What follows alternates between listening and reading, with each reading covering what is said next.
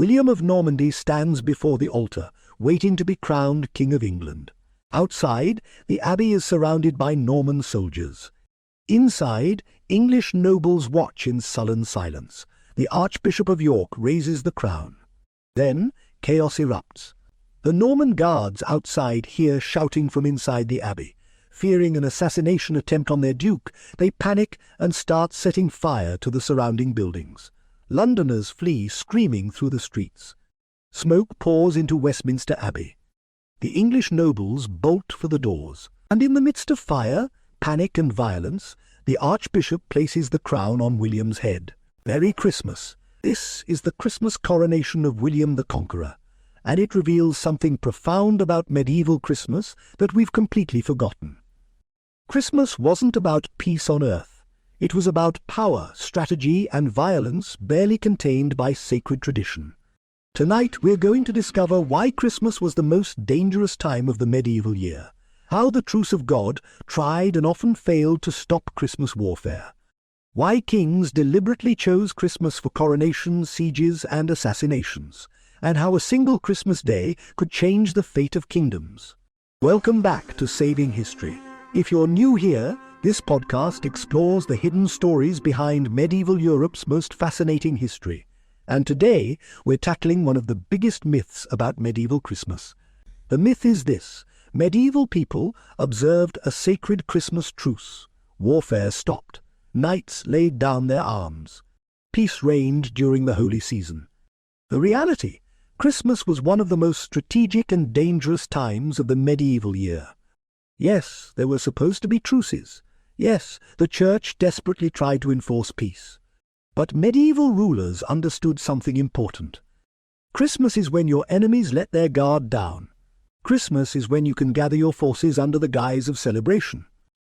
Christmas is when decisive action can catch everyone by surprise. So we're going to explore the tension between Christmas as sacred peace and Christmas as strategic opportunity. We'll witness coronations that sparked riots, sieges that began on Christmas Day, truces that were honored and truces that were betrayed. We'll discover why Christmas became the preferred time for political assassinations, and we'll learn how the medieval Christmas truce tradition evolved and ultimately failed. By the end of this episode, you'll understand why medieval people approached Christmas with equal parts hope and fear. Because at Christmas, anything could happen. Let's begin with the Church's attempt to make Christmas safe. Chapter 1. The Truce of God, when the Church tried to stop medieval warfare. November 1027. The Council of Toulouse, in Roussillon, southern France. Bishop Oliver of Vic stands before an assembly of knights, nobles, and clergy. He's proposing something radical. He wants to ban warfare during specific times of the year, not permanently. The Church isn't that naive, but during holy seasons, Advent, Lent, and especially Christmas. He calls it the Truce of God, Trogadae in Latin. The idea is simple. From the first Sunday of Advent through Epiphany, roughly 4 weeks, all warfare must cease. No battles, no sieges, no raids, no blood feuds. The Christmas season is sacred time, and God's peace must reign. The assembled nobles look at each other. Some nod, some scowl. Everyone knows this is asking the impossible. But they agree anyway, at least in theory. The Truce of God wasn't invented at Toulouse. It had been developing for decades, growing out of an earlier movement called the Peace of God, which tried to protect clergy, peasants, and merchants from warfare. But the Truce of God was more ambitious. It didn't just protect certain people. It tried to stop warfare itself during sacred times. And Christmas was the centerpiece. The logic was theological. Christmas celebrates Christ's birth, the Prince of Peace. How can Christians honor the birth of peace by waging war? How can you celebrate God becoming human while you're busy killing other humans? It was a good argument, morally, spiritually, philosophically sound. It just didn't work. Here's why. Medieval warfare wasn't like modern warfare. There were no standing armies for most of the Middle Ages, no professional soldiers waiting in barracks for orders. Instead, warfare required gathering your forces, calling in feudal obligations, assembling knights, men-at-arms, archers, supply trains. When do people gather? When is it easiest to assemble large groups without arousing suspicion? Christmas. Because Christmas was when nobles gathered at their lord's court anyway. Christmas was when feudal obligations brought everyone together for feasting and celebration. Christmas was when you could have 300 armed men in your great hall, and everyone would just think you were being a generous host. So Christmas became strategically valuable, precisely because it was supposed to be peaceful. If you wanted to launch a surprise attack, you gathered your forces during the Christmas season under the pretense of celebration. Then, right after Epiphany, or even during Christmas itself, you struck. Your enemies wouldn't be expecting it. They'd be feasting, drinking, celebrating. Their guards would be down, their forces dispersed for the holidays. It was the perfect military opportunity. The church knew this was happening. They tried to enforce the truce of God with excommunication, interdict, and other spiritual weapons. Break the Christmas truce, and you'd be cut off from the sacraments. Your soul would be in mortal danger. Some rulers cared about this, many didn't, or at least they cared less about their souls than they cared about strategic advantage. Let me give you some examples of how this played out. December 1142. England is in the middle of the anarchy, a brutal civil war between King Stephen and the Empress Matilda over who should rule England. It's been going on for 7 years. The country is devastated. Everyone is exhausted. Christmas approaches. Both sides observe an informal truce. Stephen holds his Christmas court at Canterbury. Matilda holds hers at Oxford Castle with her forces. Then, right after Christmas, Stephen makes his move. He marches his army to Oxford and lays siege to the castle. Matilda is trapped. It's winter. Supply lines are difficult. The siege stretches on for 3 months. Did Stephen break the Christmas truce? Technically, no. He waited until after Christmas Day. But morally, strategically, he absolutely used the Christmas gathering as cover for his military operation. Everyone had relaxed, thinking the season was safe. He exploited that assumption. Matilda, by the way, escaped in one of the most dramatic moments of medieval history. In the middle of winter, she and 3 knights climbed down the castle walls using rope, crossed the frozen Thames on foot, and walked 6 miles through snow to safety, all while wearing white cloaks to blend with the snow. But that's a story for another episode. The point is this: Christmas truces were honored mainly when they were strategically convenient. When they weren't convenient, rulers found creative ways around them. Another example. Christmas 1213. King John of England is in the middle of multiple crises. He's been excommunicated by the Pope. He's fighting a rebellion by his own barons. French invasion is looming. Christmas should be a time of truce. Instead, John uses the Christmas season to move forces, secure castles, and prepare for the coming conflict. He holds his Christmas court at Windsor, but it's not a celebration. It's a war council disguised as a feast. In May 1215, the tensions that John built during that Christmas season explode into open warfare. The barons force him to sign Magna Carta at Runnymede. Christmas peace had been an illusion. Now, I don't want to suggest that Christmas truces never worked. Sometimes they did. Sometimes rulers genuinely observed them, either from piety or from mutual exhaustion. Christmas 1156. Henry II of England and his brother Geoffrey are in conflict over territorial claims. Both have armies in the field. Christmas approaches, and both agree to observe the truce. They each withdraw to their own courts, celebrate separately, and don't resume hostilities until after Epiphany. Why? Partly because they were brothers and had some remaining family feeling. Partly because both were genuinely pious, and partly because winter warfare is miserable, and both sides needed a break. The Christmas truce worked when both sides wanted it to work. But here's the deeper truth. The truce of God wasn't really about stopping warfare. It was about controlling it. The Church knew they couldn't eliminate medieval warfare entirely. It was too embedded in the feudal system, too central to how power worked. But they could try to limit it, channel it, make it more predictable, create windows of safety when merchants could travel, when peasants could harvest, when pilgrims could journey. Christmas became one of those windows, and most of the time, maybe 60 or 70% of the time, it worked. The truce held. Peace reigned, at least briefly. But the other 30 or 40% of the time, That's when things got interesting. That's when rulers played the game of gathering forces, testing boundaries, finding loopholes. And nowhere was this game played more consequentially than in the strategic timing of coronations. Because if you wanted to make a statement about power, if you wanted to claim legitimacy, if you wanted to force your nobles to acknowledge you as king, there was no better time than Christmas Day. Let's talk about Christmas coronations. Chapter 2. Christmas coronations. Power plays at the darkest time of year. December 25th, 800. St. Peter's Basilica, Rome. Charlemagne, king of the Franks, is kneeling at Mass on Christmas morning. He's the most powerful ruler in Western Europe. He controls modern France, Germany, northern Italy, and parts of Spain. He's defeated the Saxons, the Lombards, the Avars. He's built an empire. Pope Leo III approaches. In his hands, a crown. According to later accounts, Charlemagne is surprised by what happens next. The Pope places the crown on his head and proclaims him Imperator Romanorum, Emperor of the Romans. The congregation erupts in acclamation. Charlemagne has just become the first Holy Roman Emperor, and it happened on Christmas Day. How was Charlemagne really surprised? Historians debate this. Some sources say he was furious, that he never wanted the imperial title, that the Pope ambushed him.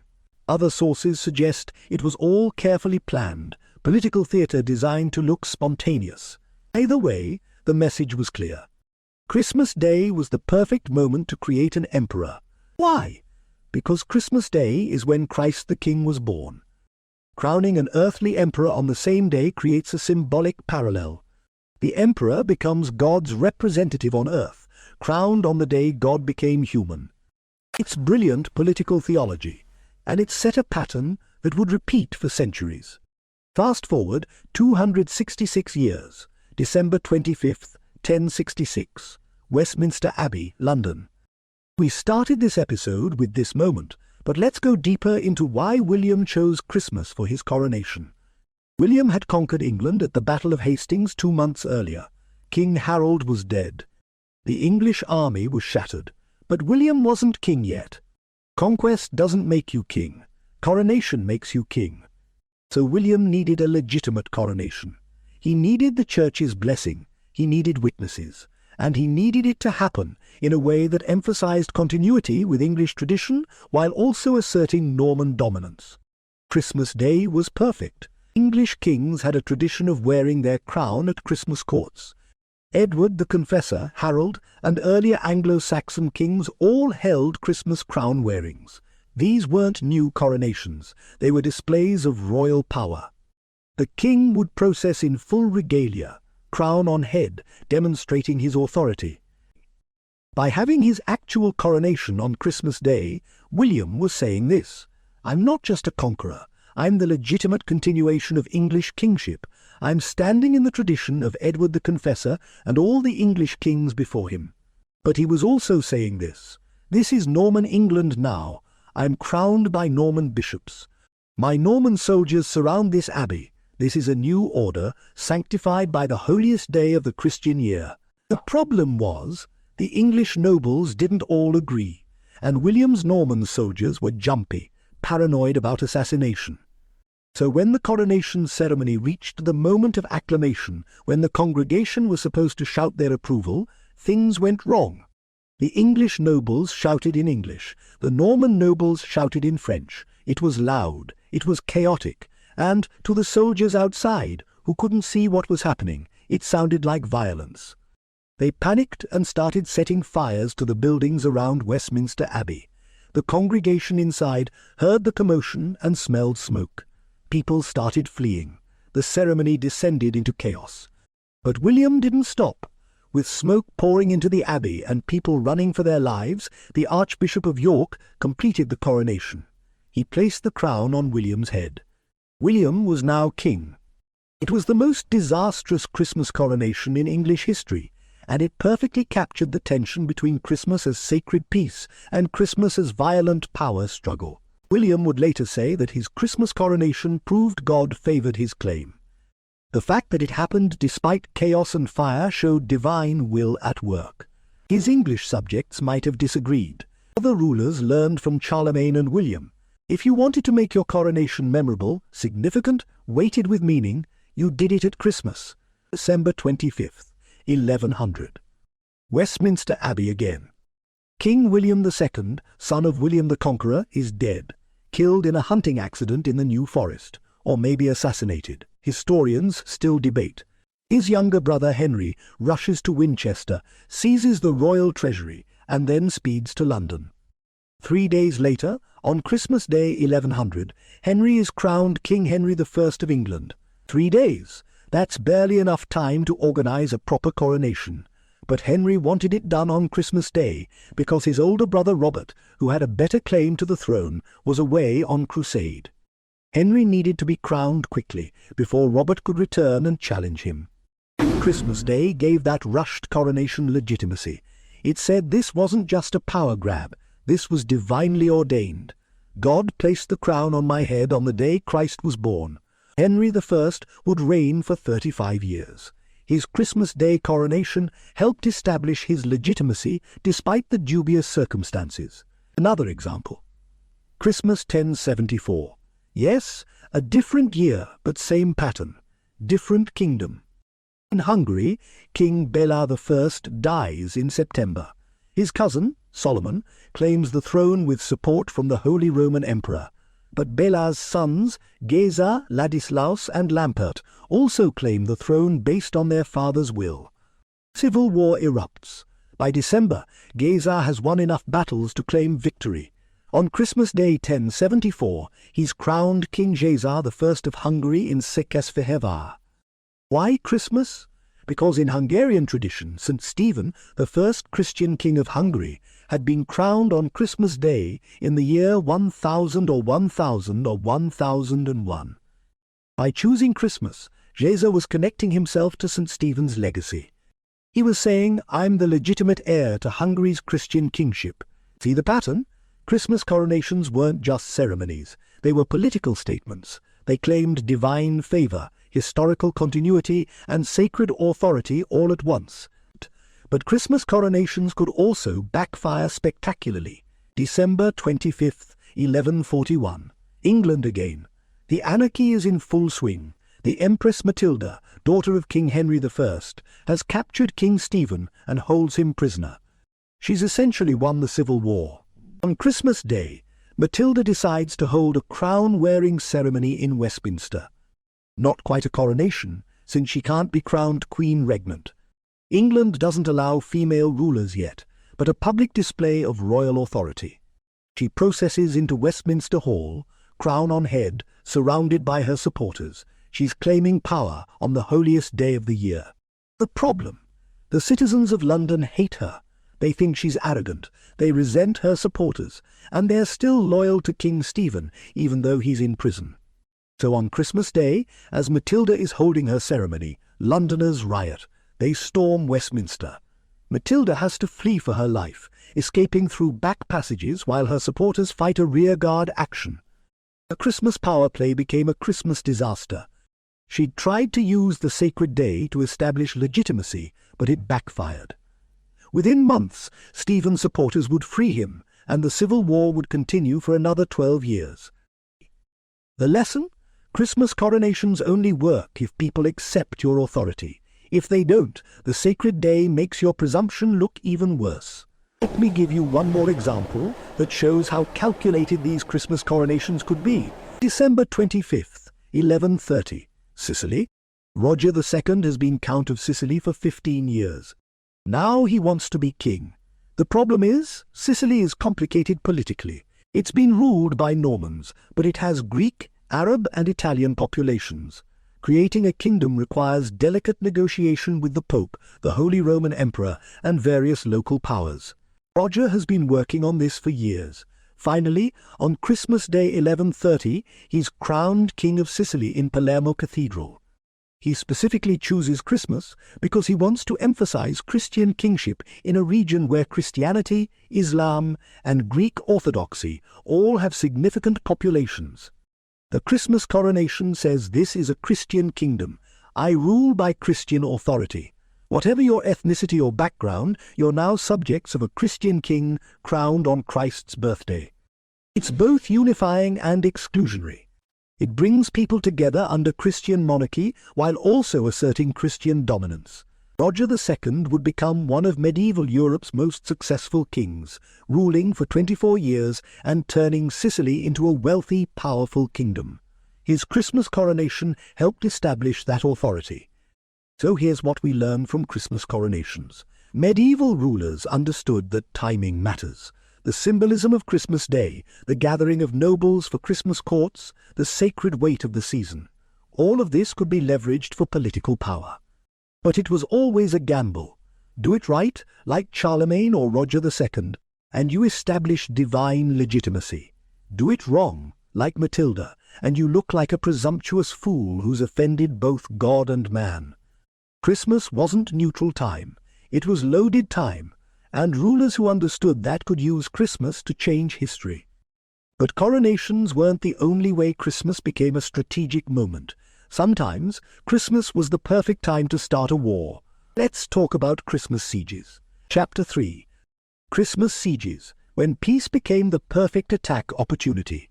December 23rd, 1144. Edessa, a crusader state in modern-day Turkey. Count Jocelyn II, the ruler of Edessa, has left his capital city to celebrate Christmas at a nearby fortress. Most of his garrison has gone with him. It's Christmas. Time for feasting and celebration. The city can manage with a skeleton crew for a few days. This turns out to be a catastrophic miscalculation. Zengi, the Muslim Atabeg of Mosul and Aleppo, has been watching Edessa for months, waiting for an opportunity. When his scouts report that the Count and most of the garrison have left for Christmas, Zengi immediately mobilizes his army. On Christmas Eve, December 24th, 1144, Zengi's forces surround Edessa and begin a siege. The city is undermanned, undersupplied, and completely unprepared. The siege lasts less than a month. On December 24th, exactly 1 year after it began, on December 24th, less than 1 month after it began, Edessa falls. It's the first major Crusader state to be conquered by Muslim forces. The fall of Edessa will trigger the Second Crusade. And it all happened because the Crusaders let their guard down at Christmas. This is the dark side of the Christmas truce tradition. When one side observes the truce and the other doesn't, the side that doesn't has an enormous advantage. Zengi wasn't Christian. He had no religious obligation to observe a Christmas truce, and he understood military strategy well enough to know that Christmas was when Christian armies were most vulnerable. The fall of Edessa sent shockwaves through Christian Europe. Pope Eugenius III called for a new crusade. Bernard of Clairvaux, the most influential preacher of his generation, travelled across France and Germany recruiting crusaders. Kings and nobles took the cross. All because Zengi understood that Christmas made Christians predictable. But Christians could play this game too. When Christian armies besieged Muslim cities, they often timed their attacks for Islamic holy days, when Muslim defenders might be distracted by prayer and celebration. Warfare is opportunistic. Sacred time on one side creates tactical opportunity on the other. Let me give you another example, this one entirely within Christian Europe. December 24th, 1199. Chateau Gaillard, Normandy. King Richard I of England, Richard the Lionheart, is holding Christmas court at his newly built castle overlooking the Seine River. Chateau Gaillard is Richard's masterpiece, a revolutionary fortress design that he believes is impregnable. Across the river, King Philip II of France is watching and waiting. Richard and Philip have been fighting on and off for years, sometimes as allies on crusade, more often as enemies fighting over continental territories. Right now, they're technically at truce. It's Christmas. Both sides are supposed to be observing the holy season. On Christmas Eve, Philip makes his move. He sends a small force across the Seine to probe Chateau Gaillard's defences. It's not a full assault, just reconnaissance. Testing whether Richard is really ready for war during Christmas, or whether he's relaxed his guard. Richard's garrison responds immediately. The French force retreats. Philip learns what he needed to know. Richard is not letting his guard down. Chateau Gaillard is fully manned and ready. Truce holds barely, but both kings have sent a message. We're watching each other. Christmas or not, we're ready for war. 5 years later, in 1204, Philip would finally capture Château Gaillard after a brutal 6-month siege. But that December evening in 1199, Christmas truce held only because both sides were too well prepared to risk breaking it. This is what Christmas warfare looked like for most of the Middle Ages.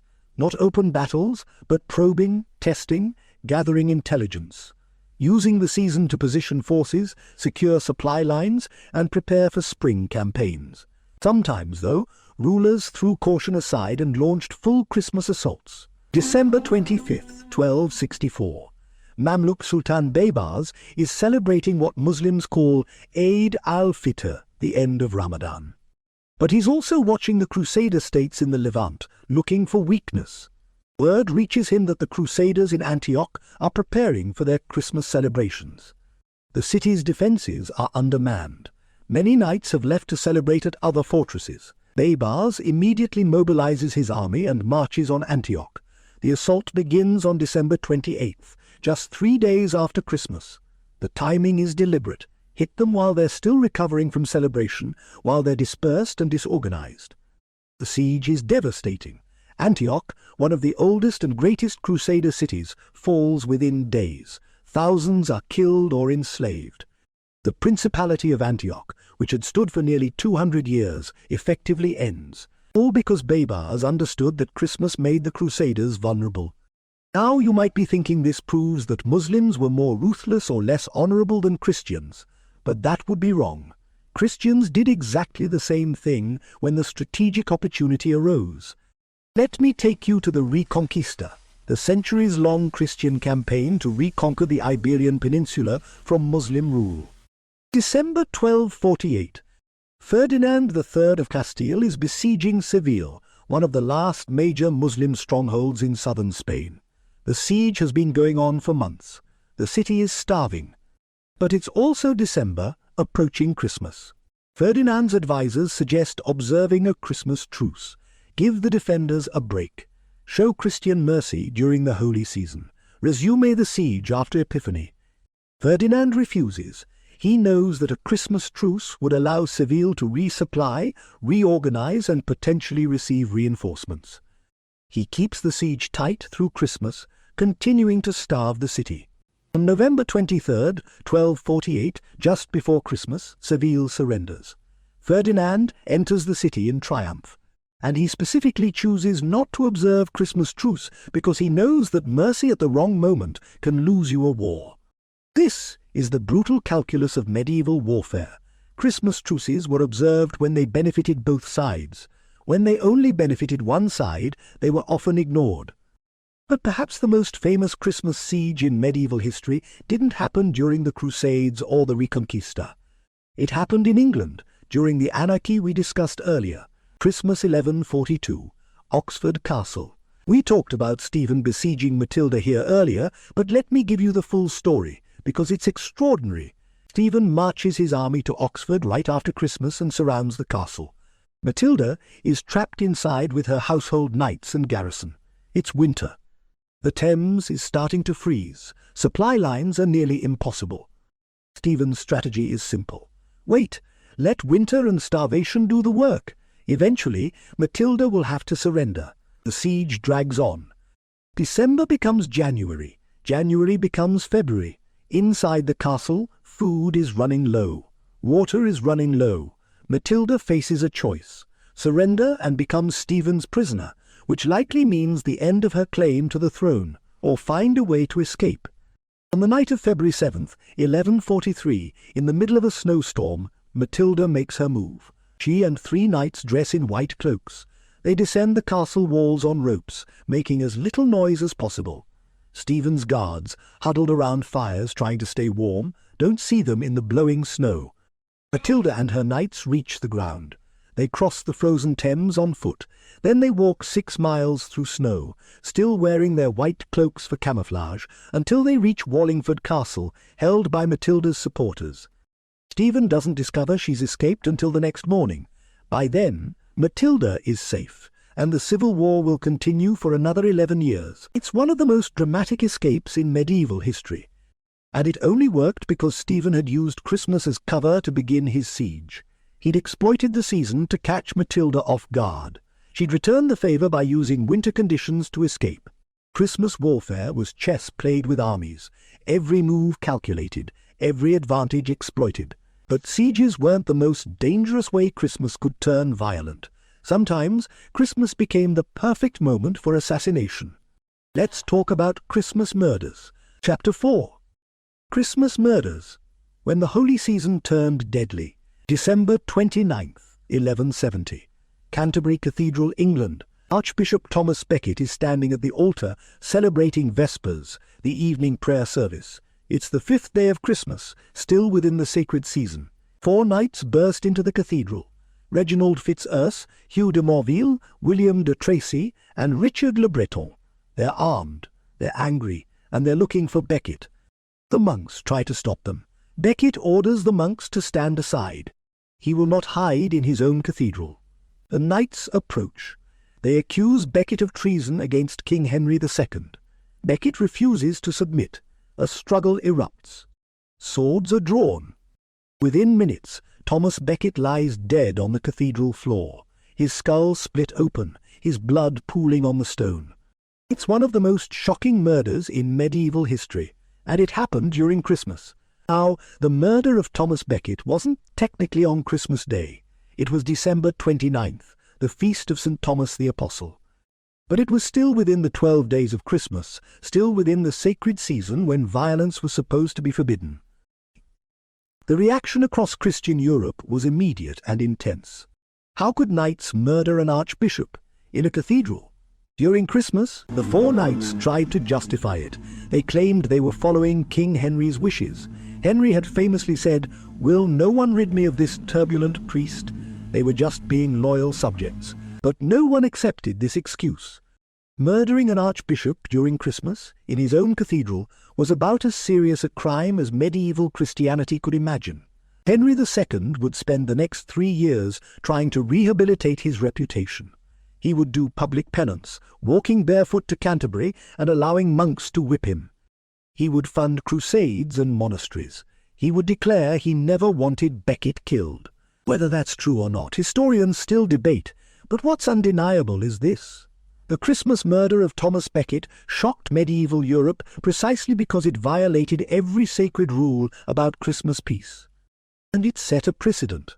Christmas, it turned out, was actually a perfect time for assassination. Your target would be at church or at feast. They'd be surrounded by people, but those people would be relaxed, celebrating, not expecting violence. Guards would be less vigilant. Everyone's attention would be on celebration, not security.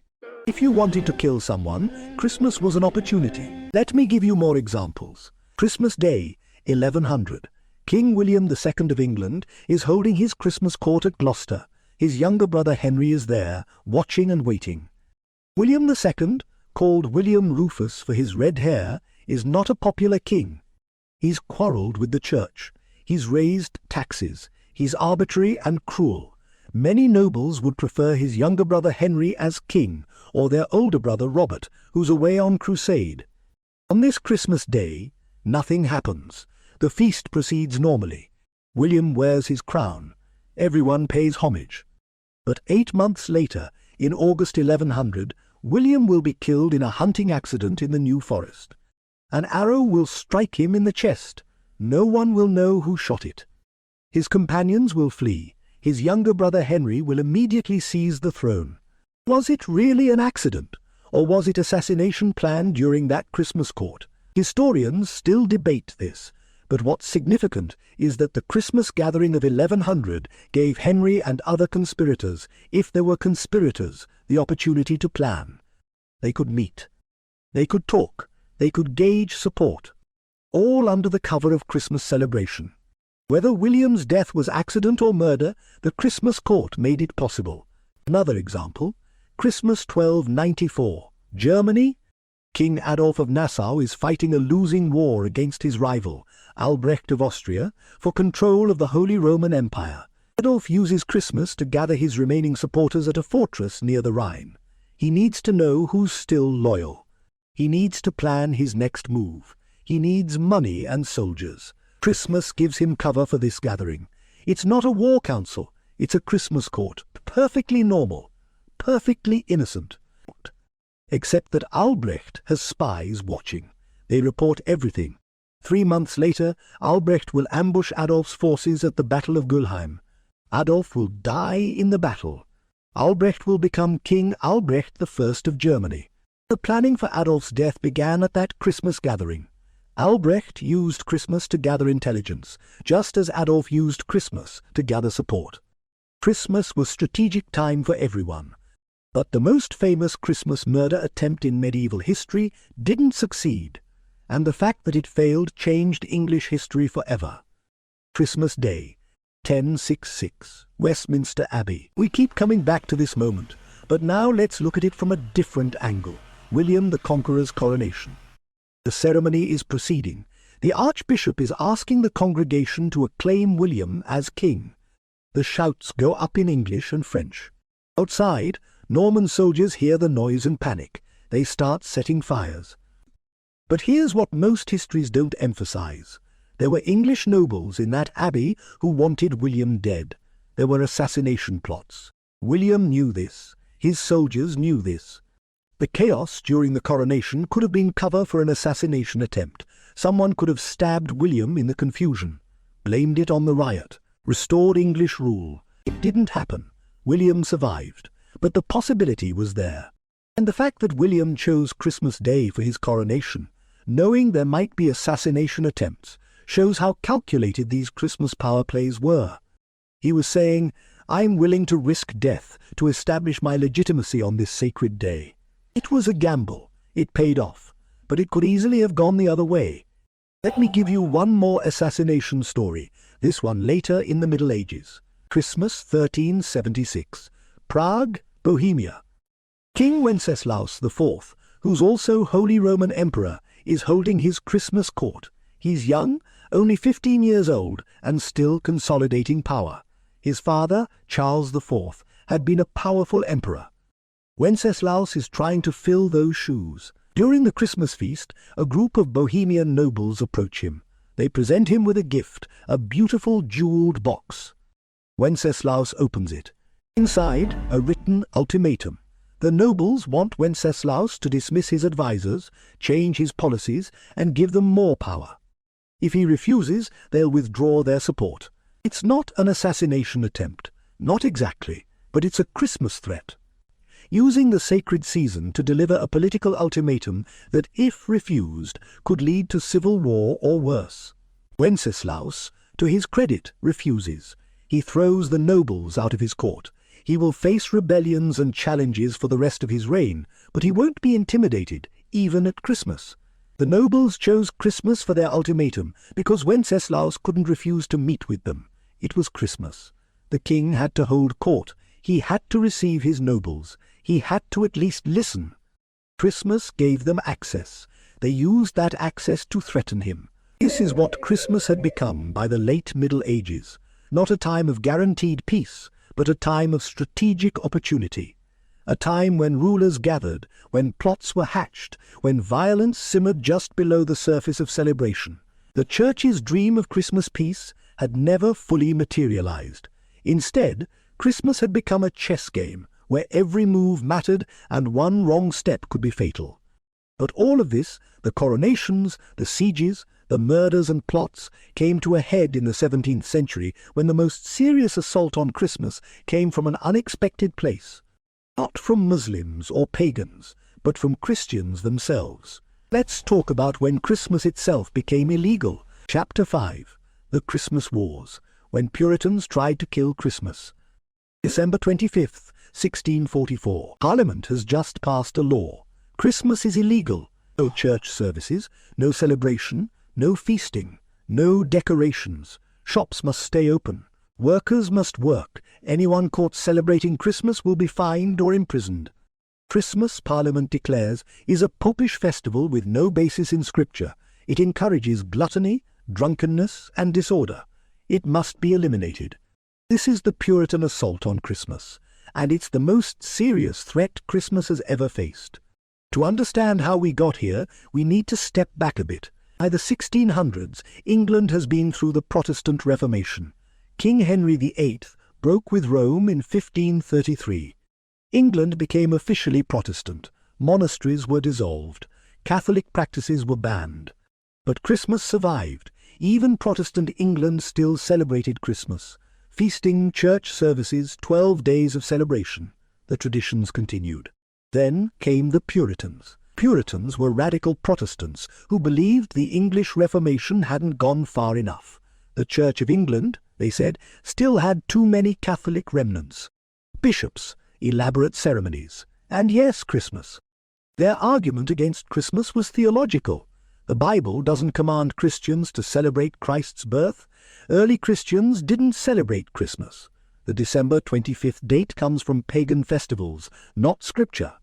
Therefore, Christmas is a human invention mixed with pagan corruption. True Christians should abandon it. This was a minority view in the early 1600s. Most English people, Protestant or not, loved Christmas. The feasting, the celebration, the traditions. But in 1642, England descended into civil war. Parliament against King Charles I, Puritans against Royalists. It was about politics, religion, power, everything. By 1644, Parliament controlled London, and Parliament was dominated by Puritans. So they banned Christmas. The reaction was immediate and furious. Ordinary English people rioted. In Canterbury, a crowd attacked the mayor's house and forced shops to close on Christmas Day. In Ipswich, protesters decorated a town pump with holly and ivy, daring authorities to remove it. These weren't just religious disputes. They were about culture, tradition, identity. Christmas had become English. Banning it felt like an attack on Englishness itself. The parliamentary authorities responded with force.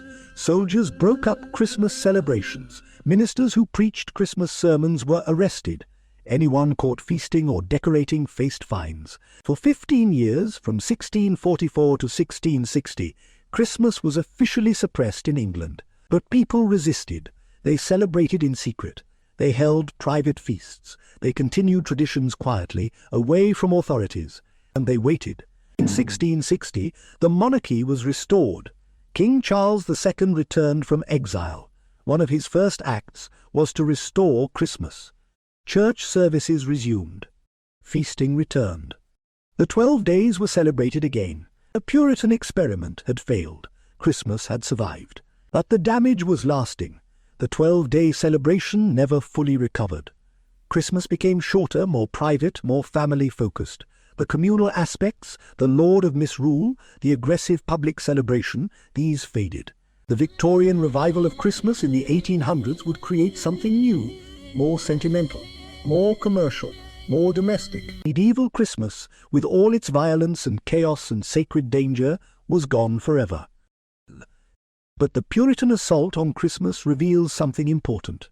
Christmas has always been contested, from pagan festivals to Christian overlay, from sacred truces to strategic warfare, from communal feasts to private celebrations. Christmas has constantly evolved, been fought over, redefined.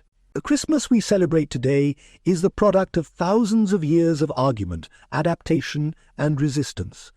And those medieval Christmas battles, truces, coronations, and murders are part of that story. They remind us that Christmas was never just about peace and goodwill. It was about power, about who gets to define what sacred time means. Let's bring this home.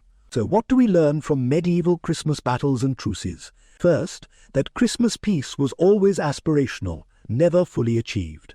The Church tried. The truce of God was a noble effort. But human nature, strategic necessity, and the realities of medieval power politics made Christmas truce fragile and conditional. Second, that Christmas became strategically valuable precisely because it was supposed to be peaceful. Rulers who understood this could use Christmas gathering as cover for military preparation. They could exploit the season's rhythms, the movement of people, the relaxed vigilance. Christmas wasn't neutral time. It was loaded time. Third, that Christmas coronations, sieges, and even murders reveal how medieval people thought about sacred time. It wasn't separate from political time or military time. It was intertwined with it. You could honor God and pursue power simultaneously. In fact, pursuing power on Christmas Day could be seen as especially legitimate, as if God himself were blessing your actions.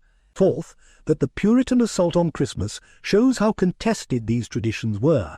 Christmas wasn't inevitable. It could have been eliminated.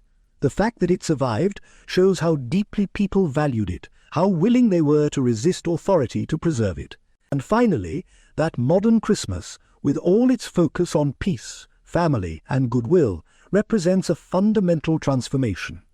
We've forgotten how dangerous Christmas used to be, how strategic, how political.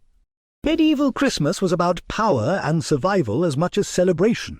It was a time when anything could happen, when kings could be crowned or killed, when sieges could begin, when truces could be made or broken. Our safe, sentimental Christmas would be unrecognizable to medieval people. They'd wonder where the danger went, where the chaos went, where the sense that, at Christmas, the normal rules don't apply. But maybe, just maybe, some of that medieval Christmas survives. Not in battles or coronations, but in the way Christmas still feels different from other times. The way we still gather, still feast, still mark the season as special. Medieval people gathered in great halls with armed knights. We gather in living rooms with family. Medieval people feasted on roasted boar. We feast on turkey and ham. Medieval people marked 12 days. We mark maybe 2 or 3. But we're still marking time, still creating sacred space in the middle of winter darkness, still saying, this season matters, this gathering matters, this feast matters. That impulse to make winter special, to create abundance in scarcity, to gather community in dark times, that goes all the way back, past the Victorians, past the Puritans, past the medieval kings and their Christmas coronations, all the way back to the winter solstice. To the moment humans first learned to mark time, to create ritual, to say, we will survive this darkness together. Medieval Christmas battles and truces were just one chapter in that long story. A chapter of violence and beauty, of sacred aspiration and brutal reality, of peace desperately sought and rarely achieved. Thank you for listening. But the fact that we're still celebrating Christmas, still trying to create peace during the darkest season, still gathering to feast and give gifts and mark time together, that's the medieval legacy that matters most. Not that Christmas was always peaceful, but that people kept trying to make it peaceful, kept trying to create sacred time, kept trying to honor something bigger than power and warfare and death. That's the true Christmas truce, not a cessation of hostilities, but a persistent hope that maybe, just maybe, this year we can do better. And that hope is worth celebrating. Merry Christmas. And may your Christmas be more peaceful than medieval ones ever were.